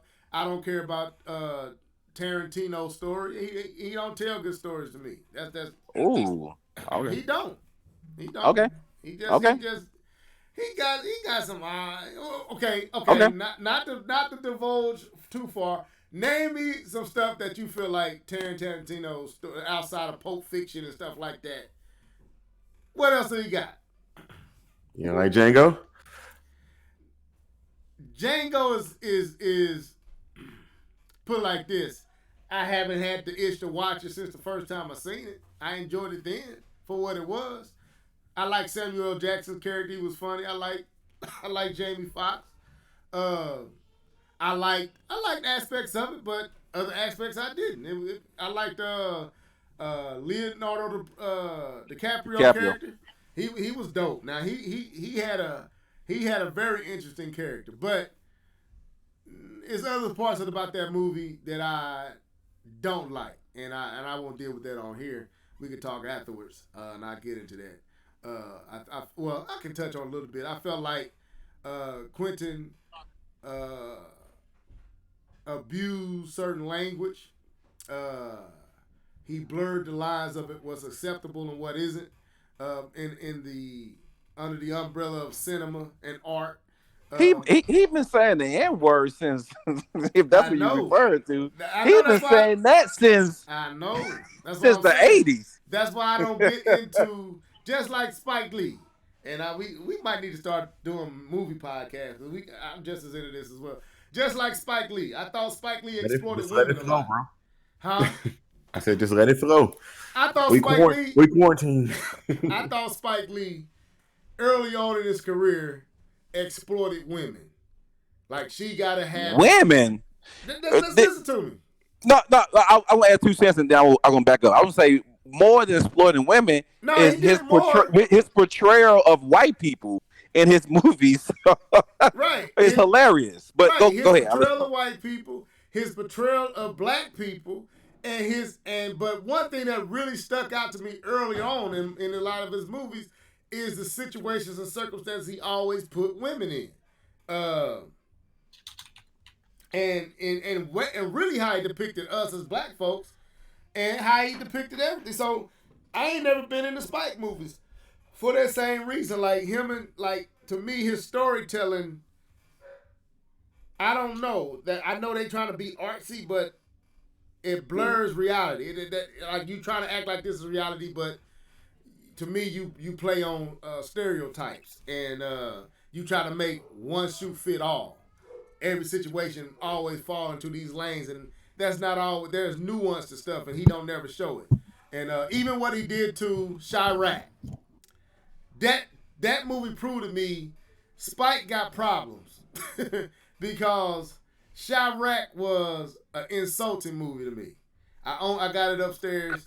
I thought that was a stupid movie. And the premise behind it was poorly handled. Put it like that. I'll leave it alone. So him, Tarantino, all of them just weird. And Hello? They get away by calling it art. But anyway, that's my opinion with them. Hello? Yeah, what's up, D2? Okay, I'm back. I don't know what happened with my computer. It just went Yeah, you Just cut took a out. dump on me. So, but yeah, man. I guess we can start wrapping it up. Did you want to finish your thoughts that you were sharing before you dropped out? Then we can get out of here. I don't even remember. Okay. Uh, so yeah, I still think it holds up. My personal opinion. Um, it still hits equally as heavy as it did when we first saw it. I enjoy both movies, but there are aspects about Endgame that make me have to be in the mood to watch it. I don't have to be in the mood to watch Infinity Wars at any point. That movie just goes from front to Oh, end. I do have one point Go I ahead. wanted to make. The pseudoscience in the movie really got under my skin. It's terms of time travel and all the nonsense that they were talking about and all the contradictions about it. It just like it's funny how they were quoting like Back to the Future in terms of their references for time travel, and they weren't even accurate what they were quoting from Back to the Future in terms of time travel. Like, why are you even bringing this into the mix if you're not going to even be accurate of what you're comparing it to? And it was like a whole bunch of stuff. It was so many get out of jail free cards that they put into that movie to where they can undo anything that they want to going forward because of time travel. And they took it a step further with the Spider-Man movie Far From Home. So I won't say, if anybody hasn't seen that, but they put themselves in a situation where anything that they did, they can undo it and it can make sense. So that's one thing I did like about Endgame. Let me ask this, and y'all don't have to spend too long on it. Just a quick answer. Let me get up on the mic. Now that these two movies are over, and we got to see what happened, did we need Captain Marvel? Nope. Okay. It didn't even matter what that had nothing to do with it. We still didn't need Captain Marvel. To me, Captain Marvel, I thought she was going to be a bigger role. And let me finish. I just thought of it. I think I know where you're going. Okay, my bad. I thought you was jumping in, doing your level thing. No, sorry. I thought she was going to be a bigger role into Infinity War and Endgame, but she was not. But her role is not going to be shown until the next saga. She's going to be one of the frontline people. Her, Doctor Strange, Black Panther are going to be the new Avengers or whatever. So what? That's going to take over the next saga that's going to appear. I thought she was going to be into this one. She wasn't, and her role was very deletable from this saga. I agree with you that, but I think her impact is not going to be felt until the ending of the next saga. That's what I feel. Okay. Yeah, that's pretty much what I was going to say. Like, she has a bigger role, a bigger role down the line. So I think they're just kind of just introducing her, and because the climate that we women live in with women's rights like that was pretty cool. I think, I hate to say, like, throwing women a bone, like, yo, okay, y'all are super strong too, and I don't want to make it seem like I'm like putting them in isolating them, but they've been isolated for so long that the big strong Hulk guys have to come in and say today, and now you have a woman who just as powerful. So they, they try to, I guess, give that sunlight. But like K-Bone was saying, her role or what she's going to be doing, just wait and see, man. Just wait and see. And I think not the hate, the dislike of Captain Marvel or Miss Marvel, whatever she is not because of the comic book character of she is. I think the majority of people that dislike her is because of the person playing her. And that's what I truly feel, and that's what I've seen. As far as Captain Marvel in the comic book, she has a huge role in the comic book, and even was the person who was fighting Tony Stark in the new Civil War. It was her and Tony Stark, so she has a huge role in the comic book. So I believe that people's disdain for Captain Marvel. It has nothing to do with the actual character, but I think it has Okay. more to do. No, with it's the definitely playing. because of Brie Larson. Yeah. Brie Larson made sure that people are going to hate this character, and I think that she was under orders to do this in order to create a fake backlash towards the character controversy, because there was no reason for her to go out and say those things. It didn't make any sense at all, and it didn't endear her to anybody, and you're alienating the audience, the mass majority of the audience that goes to these movies. So it didn't make any sense for her to do that. And for me, they could have got a better person to play that role, because I mean, I saw her in other movies. I didn't know who she was, but there's something about her just makes my skin crawl. I just like, I just don't like the character, the actress, period. But I don't get down with the whole idea that that women have not been strong in movies where women have kicked butt and no man was around to help them to do it, and nobody had to give up being feminine. They kicked butt. They were still feminine. They were still, look at, Sarah Connor, Ellen Ripley, even what's her name, Sana Lathan in Alien versus Predator, Soul Survivor, black woman, I mean, people forget about stuff like that because there's agendas behind it. We can't pay attention to Wonder Woman. but are those more of outliners or of those typical? Yeah, that's what I kind of think those. I do believe we do have those examples.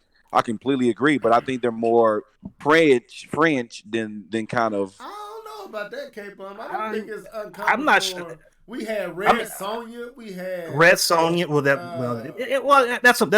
That's one of those movies where it's nostalgia. You watch. It was good back then, but you watch it now, it's like, boy. You had Ripley, and she played in. You had A Long Kiss Goodnight. That was a woman-led story.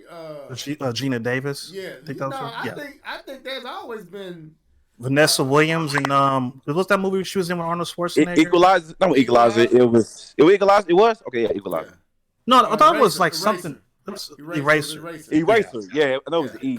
Yeah, I like that. Sandra Bullock in the Speed movies with Keanu Reeves. It's been done before. I think it's never, maybe not as much money. I mean, there's a lot of money behind Wonder Woman, obviously, but not as much money as Captain Marvel behind it. But definitely, it was there. So I always, Anyway, I'm saying. It was definitely there before that happened. So I think going forward, just make movies where just based off of female characters. Don't try to shove it down people's throats. Don't have them putting down men or degrading men or saying that we're better than men or we can do this better than men. Just put the characters out there that are already awesome and let that take care of itself. That's all you have to do. There's so many awesome female characters out there that are amazingly, incredibly strong. Storm. What about a Storm movie? Storm was never portrayed well in X-Men universe, but yeah, exactly. She was not at all portrayed well. You had the wrong person playing the character. Absolute wrong person. And it just. And there's so much story that could tie into Black Panther as well, because they were married at one point. Yeah, so they got a lot they can do with that. So they got a lot of stuff they can do, and they'll be successful if they do it right. Okay. Oh man, so yeah, Brie Larson messed up Captain Marvel. So.